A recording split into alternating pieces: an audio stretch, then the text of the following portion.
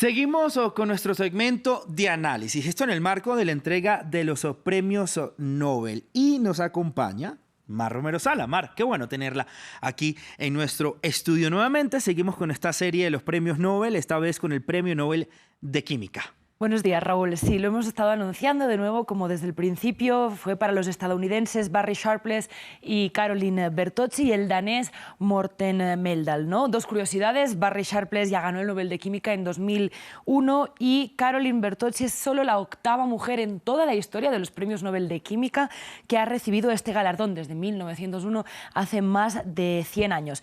Sharpless y Meldal se los considera padres de la química click, que es un nombre pues, bastante divertido para explicar algo, básicamente, que hicieron muy fácil algo que hasta ahora era muy difícil. Luego profundizamos en ello. Y Bertozzi es conocida porque llevó todas estas herramientas desarrolladas por sus predecesores a otro nivel hasta hacerlo dentro pues, de las células o de los organismos vivos. Parece que estemos, como siempre en estos días, hablando de ciencia ficción, pero esto de la construcción de moléculas es algo que se hace todo el tiempo, desde hace mucho tiempo, para crear materiales, crear plásticos, para crear también productos farmacéuticos, ¿no? Medicamentos.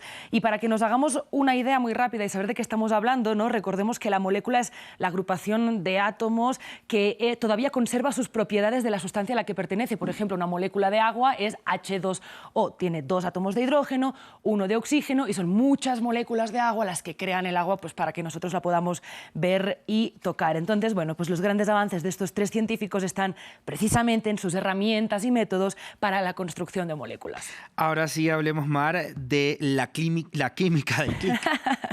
Es una solución, básicamente, ¿no? Es una salida, un rompecabezas que había perseguido a los químicos durante muchas décadas, durante mucho tiempo, ¿no? Para unir moléculas se necesitan reacciones químicas y durante mucho tiempo eso era un proceso fatigoso, costoso, dispendiador de tiempo, de material, generador de residuos, ¿no?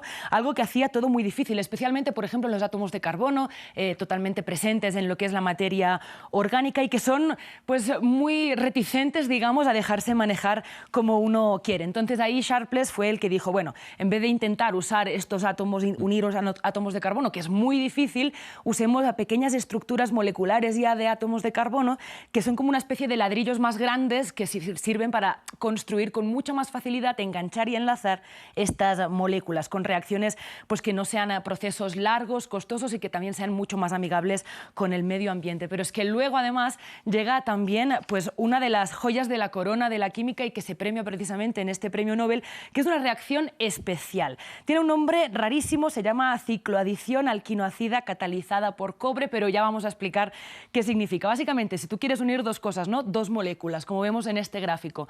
A un lado le pones acida, que es la unión de varios átomos de nitrógeno, y al otro alquino, que son la unión de varios átomos de carbono. Entonces, con ayuda de cobre, como catalizador, como algo que ayuda a hacer la reacción química, se juntan como si fuera, como vemos, un cinturón de seguridad. Sí. Eso hace una estructura mucho más estable, llamada triazol, pues que sirve para unir moléculas de forma fácil, barata y que hoy en día se usa, de hecho, ampliamente, tiene muchísimas implicaciones para crear materiales, medicamentos, y eso es básicamente el trabajo de Sharpless y de Meldal. Hablamos de ellos dos, pero ¿qué papel juega Caroline Bertozzi? Sí, la octava mujer, recordemos, en recibir el Premio Nobel de Química en toda la historia. Ella lo que hace es llevar todo esto, que ya es suficientemente mágico, a otro nivel, ¿no? Lo hace dentro de los organismos vivos, por ejemplo, dentro de la célula. Pero hay un problema, y es que para esta reacción que estábamos hablando se necesita el cobre. El cobre es tóxico para los organismos vivos. Entonces ella logra encontrar una forma para no tener que usar el cobre, modificando uno de estos grupos moleculares de una forma como circular y así poder engancharlo dentro de las células sin que las células sufran ninguna alteración por hacerles esto. Por ejemplo, ¿qué hizo en su propia investigación? Ella lo que hizo fue centrarse en los glicanos. Los glicanos son una especie de azúcares, unos carbohidratos que están en la superficie de las células y que juegan un papel en el sistema inmune, pero no se sabía muy bien cuál, ¿no? Era todavía un misterio. ¿Qué hace ella? Pues para poder investigarlos, lo que hace entrar un azúcar dentro de la célula con uno de estos lados del cinturón de seguridad, digamos.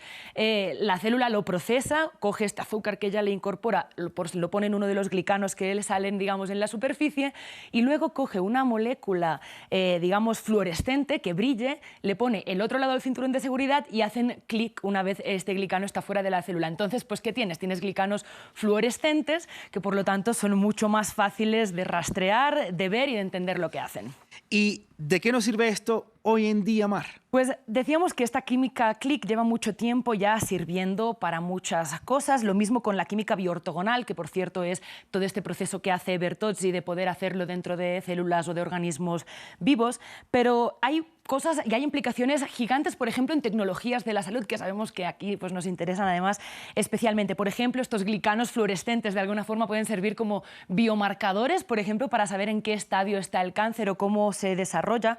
También se pueden hacer anticuerpos que se enganchen a los tumores, por ejemplo, luego inyectar terapias que directamente vayan a hacer este clic y, por ejemplo, pues ser mucho más dirigido, ¿no? No dañar tanto el resto del cuerpo. Entonces, como decíamos, implicaciones gigantes a nivel de tecnologías de la salud y, de hecho, pues los responsables del Premio Nobel cerraban de una forma muy bonita su explicación, diciendo que estos inventos no solo son elegantes, inteligentes e innovadores, sino que además son enormemente beneficiosos para toda la humanidad.